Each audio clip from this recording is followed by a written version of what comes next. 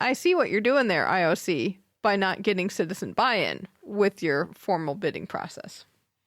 Mesdames et messieurs, the greatest festival of our contemporary society, the Olympic Games, is about to begin. This is going to be close.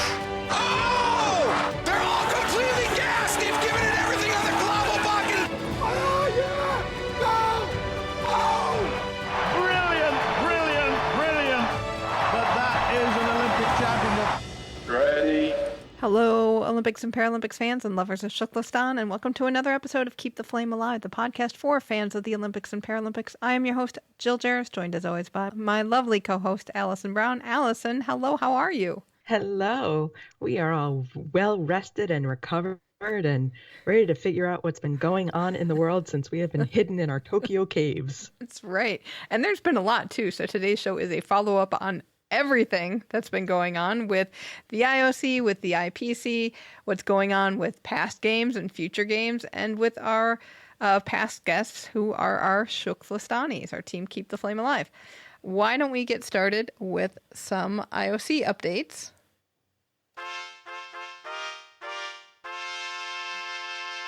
All right, so the IOC Executive Board has met, and this is where the fun begins because the Executive Board has gotten the IOC members, the session as a whole, to allow them to take sports out of the Olympic program if they want, without getting session approval, which is one to watch.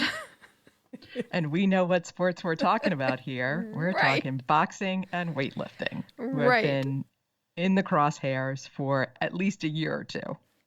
Yes, so at the most recent Executive Board meeting, we're talking about boxing right now. And so we have an update. The organizing committee ran the boxing at Tokyo 2020. And so far, it sounds like things went well there.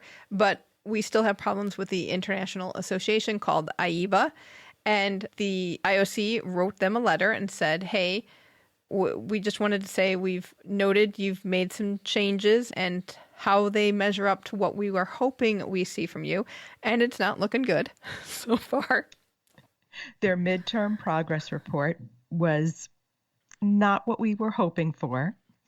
Right. So one of the big areas is governance, and the IOC has noted that there is no new leadership team in place to, quote, effectively embrace the change of culture in the governance of AIBA.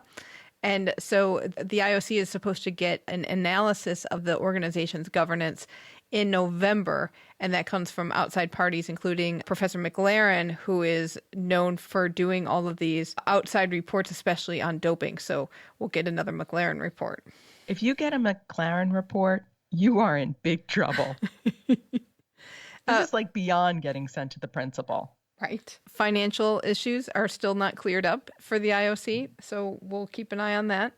And then McLaren is delivering another report to the IOC at the end of September on the AIBA's refereeing and judging. So the IOC Executive Board got complaints about this category at the Youth World Champs and at the Asian Championships. And this year's World Championships for boxing does not seem to be incorporating the best practices that the IOC recommended. So they will hear from McLaren about what's going on there. And you have a look. You know, we saw in Tokyo that if you're not stupid, you can run boxing cleanly. And yet we don't seem to be able to manage to do this, AIBA. It's a shake your head moment.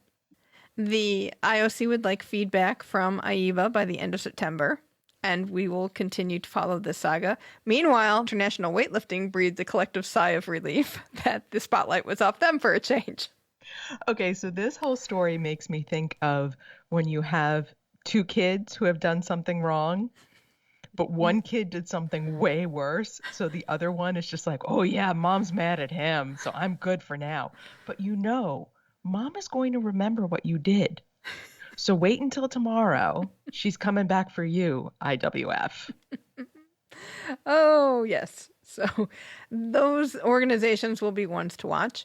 And then the other big thing is that North Korea has been suspended through the end of 2022. This is because they did not perform what the IOC calls the basic duty of a National Olympic Committee, because they did not send a team to Tokyo. And this was not necessarily a boycott. They got the invitation, they just didn't respond, and they didn't say, hey, we are not coming. So because of, I think, improper procedure or not following protocol, the IOC said, well, you didn't come to our party, therefore we're getting suspended. You're not getting our funding, which I think is the big hurt for North Korea, and they're not going to be invited to Beijing 2022. They did say that if athletes did qualify, they'd look at those cases on an individual basis, which makes me think that if they do have some qualifying athletes, which they might because they've had figure skaters before, they've had other athletes in the Winter Olympics, they'll probably, I would think they're going to do something like Russia, where they have athletes from North Korea or the DPRK, and we take it from there, but it's kind of a wait and see. So this may seem extreme to someone who's not familiar with the history of North Korea and the IOC. North Korea said that this was all about COVID, but pretty much every Olympics, they pull this, where we're not going to come, we're only going to come under certain circumstances. They threaten a boycott. And I think the IOC finally is just not dealing with them anymore and saying, you can't keep acting like a spoiled brat. Either you're in or you're out. Make a decision. You're either going to come to the party or we're going to stop inviting you. We're not bending over backwards to keep you happy anymore. We've all had that friend. And the IOC is done playing. You are not invited to margaritas and burritos anymore, North Korea. We have a little bit of updates from the International Paralympic Committee. So they are wrapping up their first of 3 consultation phases about the update to the classification code, which is a huge major overhaul. This is a multi-year process where they get opinions, they sort through everything, and then they revise the classification code that is required for all athletes at the games. So this is the first phase, and they were looking for views and feedback on the current code and the international standards. The whole process is going to be up for approval by the IPC General Assembly in December 2023. And then if it passes, the implementation won't be until January 2025 for summer sports and July 2026 for winter sports. So you won't see this new code in action until LA 2028 at the Paralympics. So athletes will have a very long run-up if they're being reclassified or classified out, or any changes that are going to affect athletes. They're going to have significant lead time. So this is not like, oh, we're changing it in 2023 and the Paralympics is in 2024 and you're out. So it's a very long process with lots of information. Right, which is good for the athletes who get affected in one way. And I think on the other side, people who think that athletes are misclassified or are gaming the system probably don't love the fact that this is a multi-year process. But I think it has to be because things and an organization of the scale take a long, long time. And they take a long time to do right. So we'll keep following that and see how that goes. Got some news from Rio. We have no Rio music because that was before our show started. I realized that just this minute. So yes, we have Rio news. Remember when Kenya had that big kerfuffle over they misappropriated money? I think, if I remember correctly, the Kenyans didn't even get uniforms. They had to scramble to get uniforms at the last minute because there was no money for them.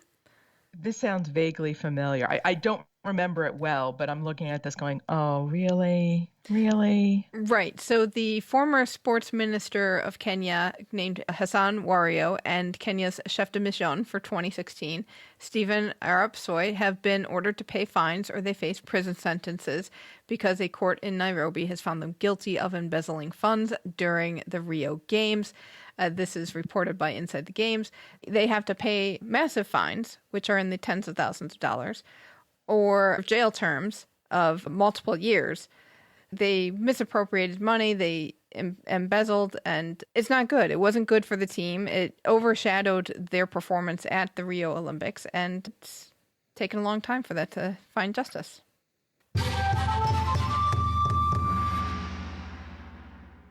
Yay, we're back to Tokyo. Yes. Back to Tokyo, but sadly the village is closed, officially closed, and now it will be converted to the apartments that the people have lined up to buy and have been waiting for another year to actually take possession of. The final report was that in terms of COVID cases, they had 878 cases from July 1st on through the Paralympics. And most of those ended up being with Japanese nationals or with contractors that were associated with the games. Not many cases among athletes. The Japan News reported that according to the organizing committee, 32 people were disciplined during the Paralympics for violating playbook rules. 29 were reprimanded for not wearing masks or other offensives. 2 were disqualified. And one of those was a Georgian male athlete who injured a hotel guard. Yeah, I had not heard that.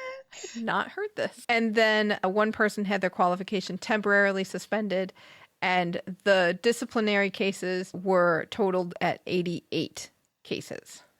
To be fair, I think there are more violations at your typical U.S. college football game. Probably. So considering the number of people and how complicated this staging was, 88's not bad. I wonder how that compares, and we'll have to look into it, with other Olympics historically. I mean, obviously the rules here were much stricter, but just in general, who gets into a fight?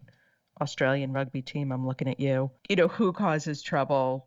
Just in general. Ryan Lochte, I'm looking at you. Good question. Excellent question. And then we're talking about heat stroke a lot during the games, and this is specifically for the Paralympics that the Japan News found that 32 people developed symptoms of heat stroke, but no one developed serious conditions, which is good. It's not great that heat stroke happened, but given the heat issues in Japan during that time, that's not too bad. Now, do you know if that 32 is just athletes, or would that include officials, volunteers? I think it includes everybody because they just said people. That's not bad. No.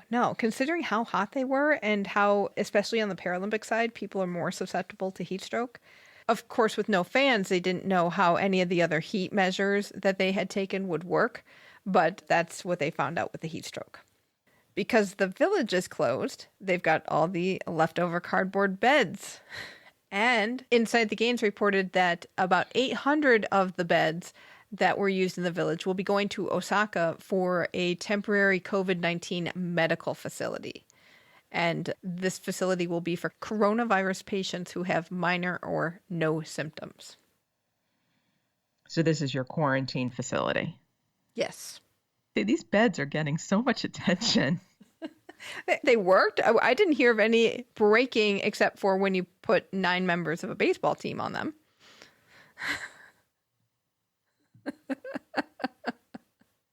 Or when Luca kicked it really hard.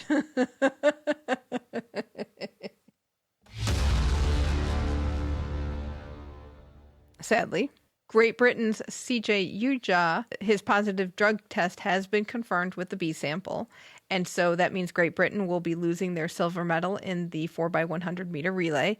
Canada moves up to silver, and China will receive the bronze. Boo. Yeah, this is tough. They've done thousands of tests in Tokyo, and this is the first that we've had of a competition that's already happened, because a lot of they did catch a few people before they were in competition, but this is the first one that's affecting a result. And it makes me so angry that it's in a relay.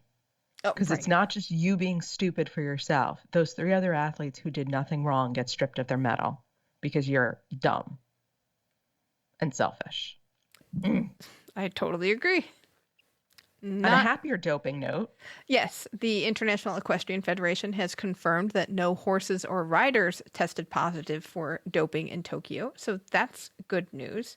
Interestingly enough, remember our Belarusian situation where one of the athletes had been told to pack up and leave because she had said upset about some things that the National Committee was going to make her do in Tokyo regarding her events. And then she feared for her life, so Poland took her in. There is another Belarusian now in Poland on a humanitarian visa. This is Olga Safronova, who did not go to the Tokyo Games because one of her horses was accused of doping. And Safronova had criticized state authorities. To me, the accusations are, don't know about that. This is another story from Inside the Games, and we will keep an eye on that, but she is now safely in Poland. Following up on the Algerian judoka, Fethi Nourin, who withdrew from the Olympics because he did not want to face an Israeli opponent, the International Judo Federation has banned him and his coach for 10 years. They are not playing. People are not playing right now. They have had enough of this. And I'm glad they banned the coach as well, because this athlete did not make this decision on his own. Well, and a 10-year ban is pretty severe. That pretty much could end your judo career, your athletic career, if you're an athlete. But the coach can go on for a long time. And so this even prevents the coach from finding more success in judo. Let's end on some happier notes. I like happy notes. Yes. So the 3 Samoan weightlifters who were not allowed to go to Tokyo 2020 because they could not get out of Samoa due to COVID-19 travel restrictions, they got their official uniforms and other gifts from the Samoa Associations of Sports and their national committee. So that was nice. I mean, it doesn't make up for the fact that they couldn't compete, and one of them was a medal contender, but at least they get the stuff. At least they're being recognized as Olympians and as having qualified, and their loss is being recognized to say, yeah, we know you missed out, so we're going to give you what we can give you. We can't replace the Olympics, obviously, but we want to treat you the way you should be treated. Gee, treating athletes the way they should be treated. What a novel idea. And we have 2 golden slams in wheelchair tennis. This is so exciting because a golden slam is extremely hard to get. Novak Djokovic was on his way to hopefully achieving that, but he lost at the Olympics, and then he ended up losing at the U.S. Open, so he didn't even get the Grand Slam. Dida de Groot from the Netherlands, she is a female wheelchair singles player. She won all 4 Grand Slam titles, plus the Paralympic gold. And then also Dylan Alcott in the quad division. He won as well at the U.S. Open and completed the Golden Slam. These 2 make the third. Only Steffi Graf has done this before in 1988. But now these are the first 2 for Paralympic athletes. Amazing. Getting the gold was so tough. This was no joke. And I mean, we talked a lot about Dylan Alcott's match.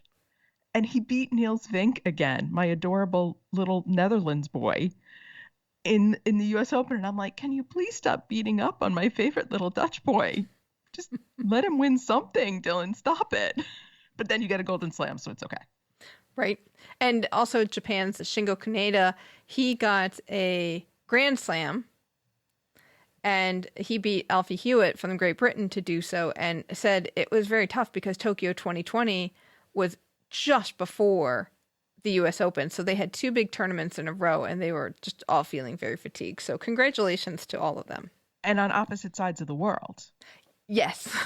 I mean, they only had a couple of days, I think, to travel from Tokyo to New York. Amazing, amazing, amazing, amazing. I love when people are amazing. That's why we do the show.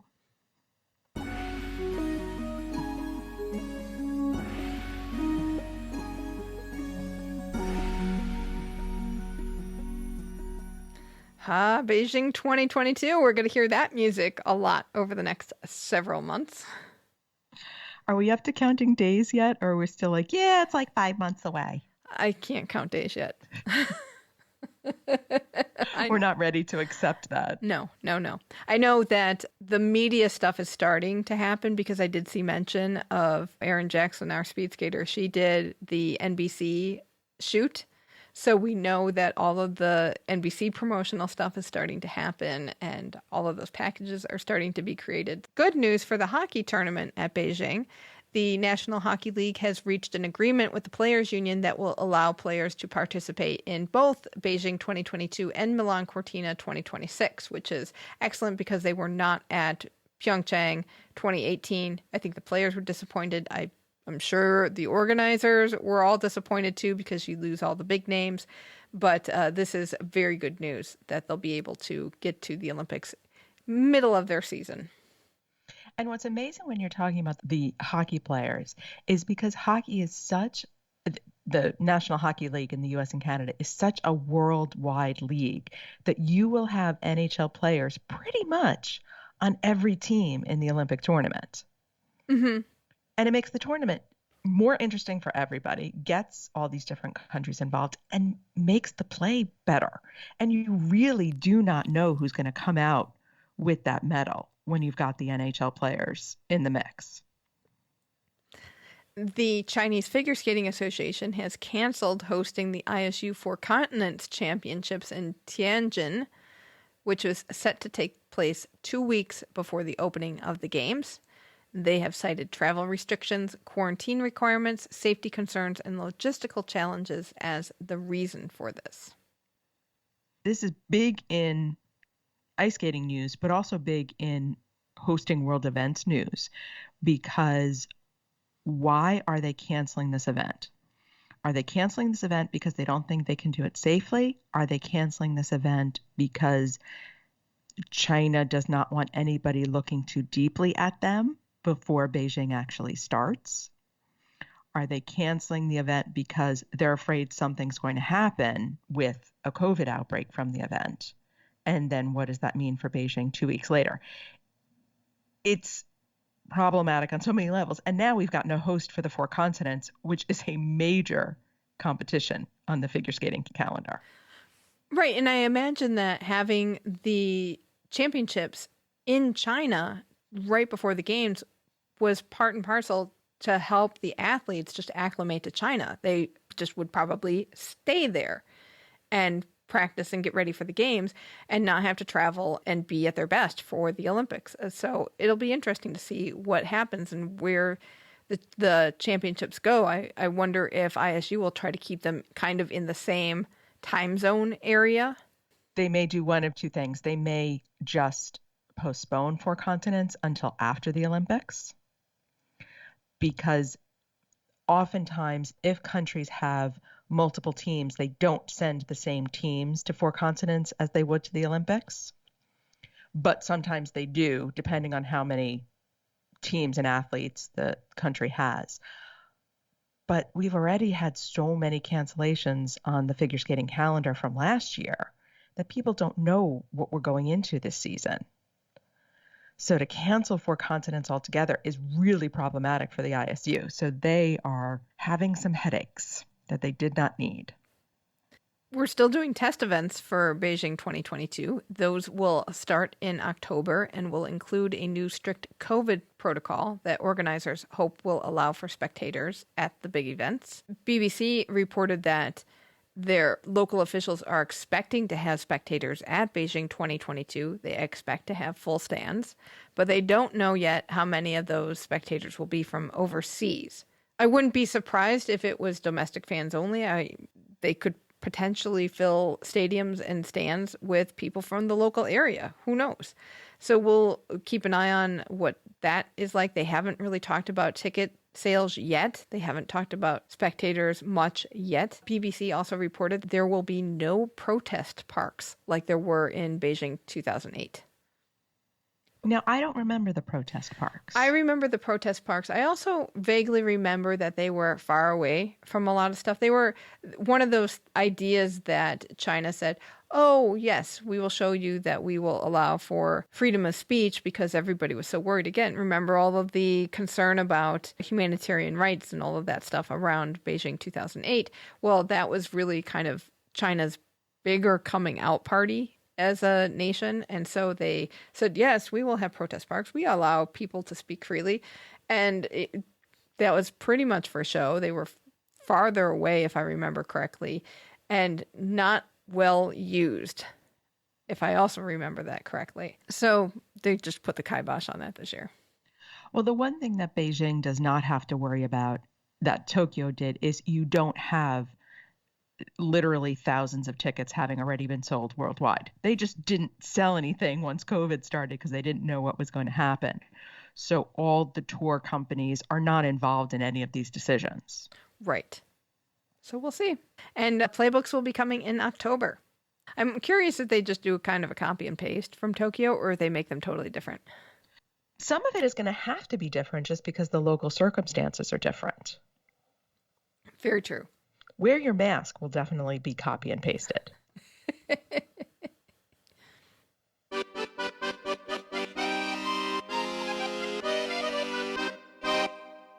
Right. The Olympic and Paralympic flags used in the host handover ceremony are in France, and they will be making a tour of the country this fall. The flag tour will cover over 10,000 kilometers and visit more than 30 towns across the country, says Inside the Games. So somebody actually gets to see the flags with the little balls on it in person. Please take a very close-up picture and send it to me because I am fascinated by the little pom-poms on the flag.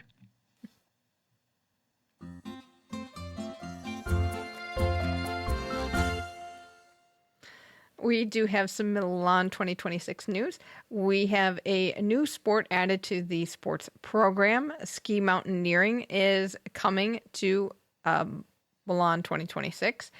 Is coming to a mountain near you. So what this is basically you climb up the mountain and you ski down. And you use your skis or carry your skis with you. I believe this was at a Youth Winter Olympic Games. Yes, it was. It's apparently very popular in Italy, so that is one of the reasons why it went on the program.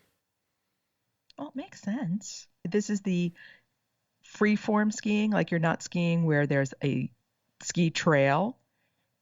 It's like hot dog skiing where you're doing this on your own, so there's no lifts. So you climb up and ski down yourself. Right, but I'm sure they will have a trail marked out so that everybody... yes, there'll be a course, but I'm saying historically where this comes from. Yes. It's kind of an X Games idea, which is where we get all our new sports, unfortunately.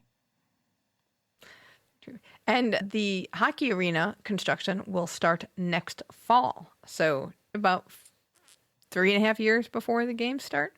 So let's keep an eye on all the construction. They are very optimistic about it, and also that this will be an arena that will have a legacy aspect because they'll be able to have concerts and things there as well. I mean, you would think an ice arena would be pretty easy to keep using. You would hope. I mean, when we visited Lake Placid, 40 years later, that ice arena was busy. Yeah, Lake Placid's done a great job of keeping that up because there's hockey tournaments for youth that keep going on, and they do have a lot of stuff there.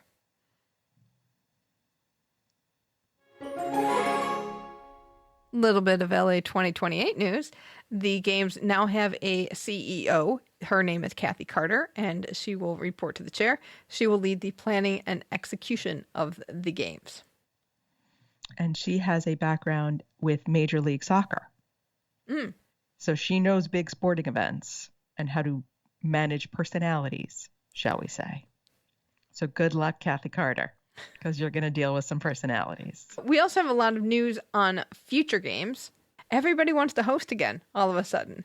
I noticed that. I feel like that Brisbane decision it seemed to irritate a lot of people around the world in the sense of how dare you pick somebody so far in advance? We wanted our turn. Right. And so now they're throwing in their hat very early for lots of stuff.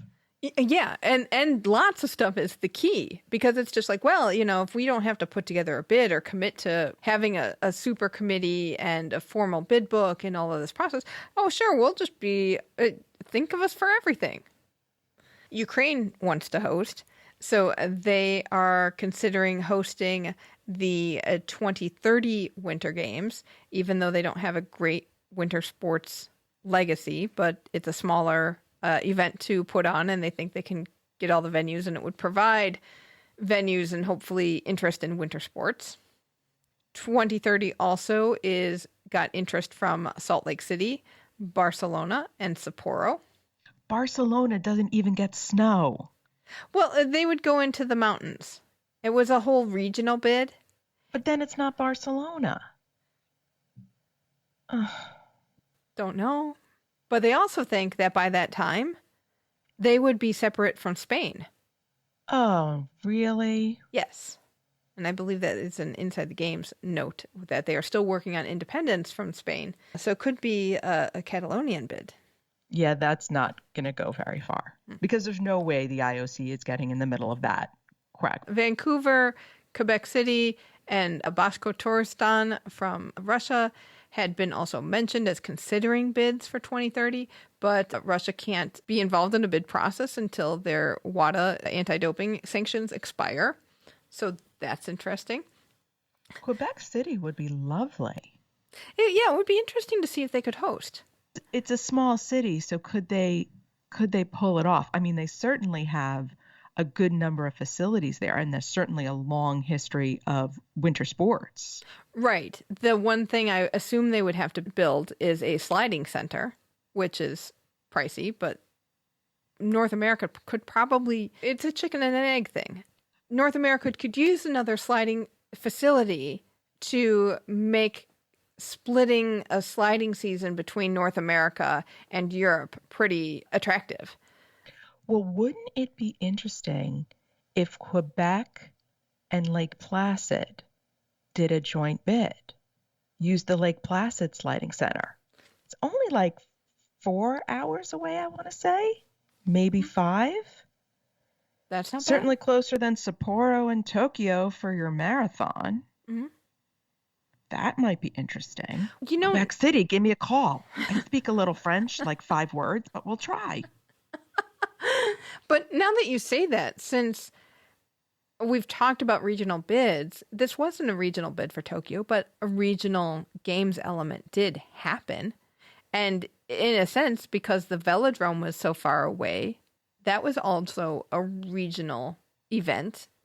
I think the games are more regional than we consider them because oftentimes there's other satellite villages and things where some sports are that they're just not close enough to Tokyo. For like football tournaments are in, some of the games are in faraway cities because they are not going to build multiple football stadiums. And the Winter Games historically have been regional because you almost always have a city venue and a mountain venue. Mm-hmm. They're almost always split. So, going back into Vancouver and now Milan and even Lake Placid when we were there, we had the city and then you had to drive. I mean, it wasn't far. It was like a half an hour, but into the mountains. So they're always somewhat split. So it's easier to get there, I think, with the Winter Games, with the regional idea, because we've always had to do that. Yeah. Back to Russia. Russia also wants to host in 2036. And Foreign Minister Sergei Lavrov has said several cities have already prepared bids. Now, mind you, they can't do anything until their sanctions expire. But St. Petersburg and Kazan are in the mix, and Vladimir Putin said that Vladivostok was also being put in the mix for a Summer Olympics. I am hoping the IOC is not so greedy that they would get back into bed with Russia to host so quickly. It'll be interesting to see how many cities pop up for 2036, especially now that you have this, we can talk with you. We don't have to commit to much. And if you're going to award games that far out, why not? But it gets to the point where if you want to go to any continent or any country that could be a potential coming out place, you almost can't award the games so early. You can't award them like a decade in advance or 15 years in advance because you can't be sure of what will happen in that country. Your government may fall. That'll be interesting. The Hungarian Olympic Committee has also announced, according to Inside the Games, that it officially renamed the Budapest 2032 Committee, which it formed this January, only to be told you're out of date by Brisbane getting the games in July. They've renamed this committee to the Budapest Olympic Games Commission. So they will be looking at future games. They were in the running for 2024, but dropped out right near the end. And that was one of the cities that raised the red flag on the bidding process being so expensive and problematic, and the fact that citizens didn't necessarily want the games because they had referendums. And so what the IOC did was create a committee and bid a host city selection process where you didn't need a referendum for it to happen. I do like how they just I kind of like the element of the bidding not being a formal process, in that the formal process is so expensive. But I also, I see what you're doing there, IOC, by not getting citizen buy-in with your formal bidding process. They're asking for trouble by not getting your citizen buy-in, though, because that's how we end up with all kinds of protest, all kinds of bad publicity. And it's so problematic. On the other hand, we want to have some Olympics. It'll be interesting to see if they decide to select 2036 anytime soon. Well, we got 2030 we still got to figure out. So I'm hoping we focus there first. Well, hopefully. Again, hopefully we're not going to get greedy and just start awarding games, because we can. I would like to award the 2090 games to Mars. And in 2090, they will be like, remember this guy named Thomas Bach? Yeah, he was behind all of this. Maybe he'll still be around. His consciousness will be downloaded into one of those Toyota robots.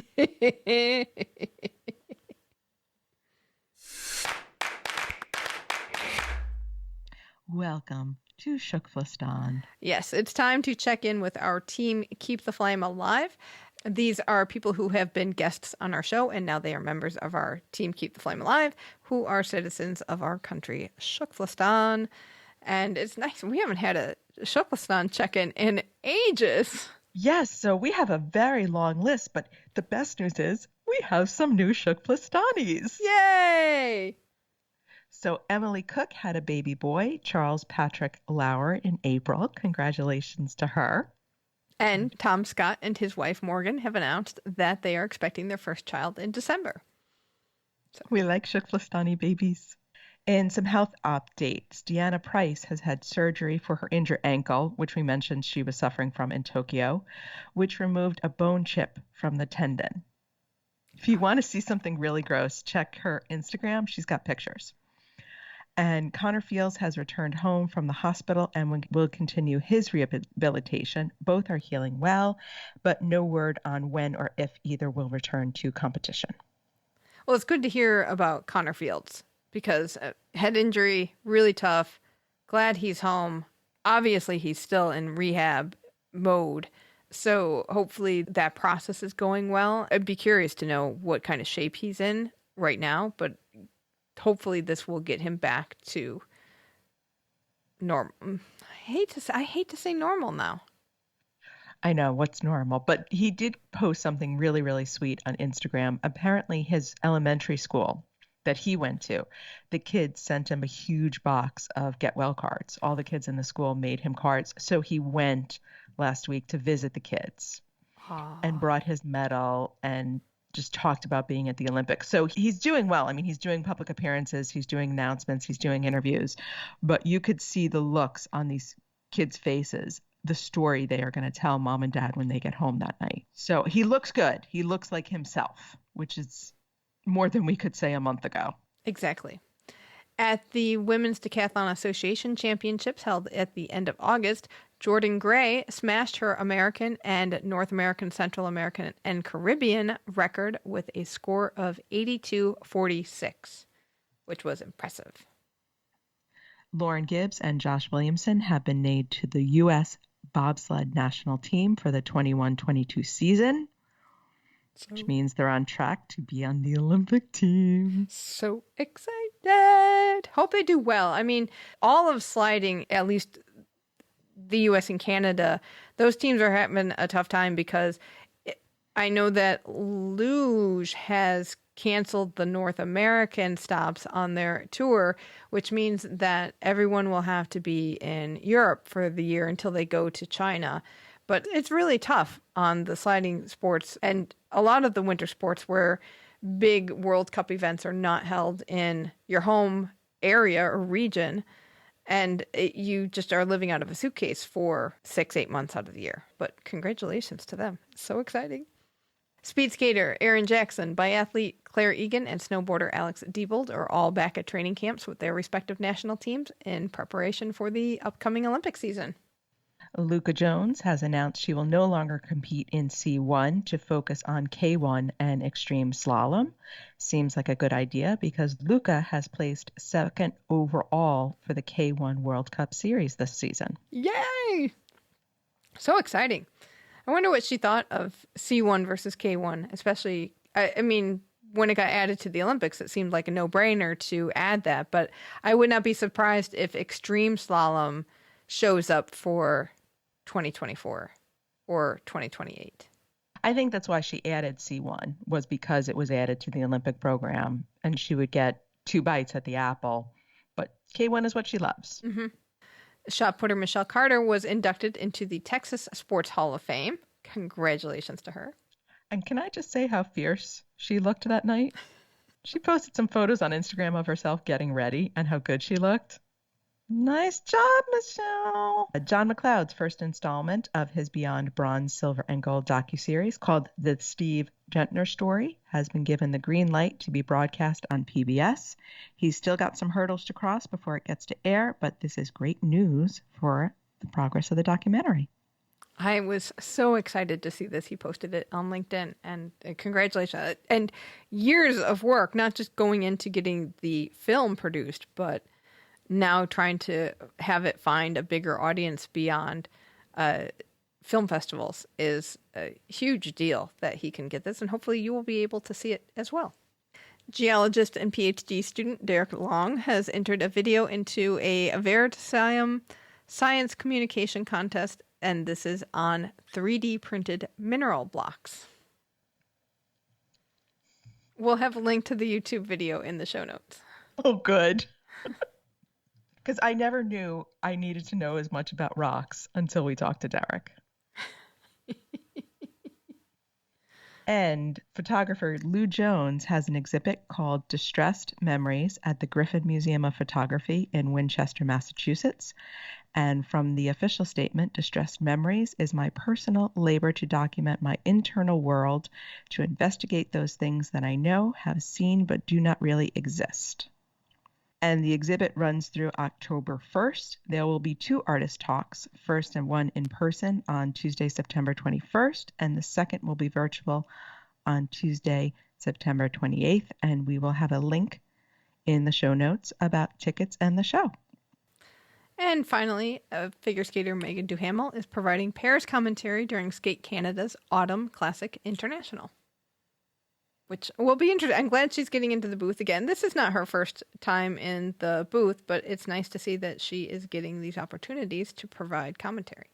The tour she was going to go on in the fall, where she had a new partner, was canceled because of COVID restrictions. So she is not skating this fall. So I'm glad she's getting to keep herself busy, because having a toddler is not enough for her. She's really good at the commentary, so that's even better. All right, and that's going to do it for this week. I feel like, we finally, like so many people doing stuff. It's so nice to catch up, and now I feel ready to take on Beijing. Okay. You know what it is, and I understand what it is. It's too hot still where I am to think about Beijing. I will be in Beijing mode in October. When October hits, I will be ready for Beijing. Gotcha. Especially when all the winter sports start up. Right. How can you have skating competitions in September? That is wrong. It's not wrong. I know it's not wrong, but in my head, I'm not ready. Well, let us know how you are coping with Olympic and Paralympic withdrawal, and if you are ready for Beijing.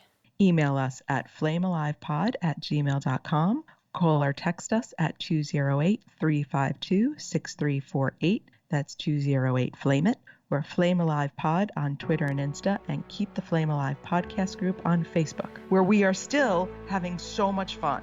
Next week, we will have Book Club, which will be our conversation about Ben Ryan's Seven's Heavens. If you don't have your copy, you still got time to read it. Spoiler alert, good read. You can get your copy through bookshop.org/shop/flamealivepod. Thank you so much for listening, and until next time, keep the flame alive. This is like beyond getting sent to the principal.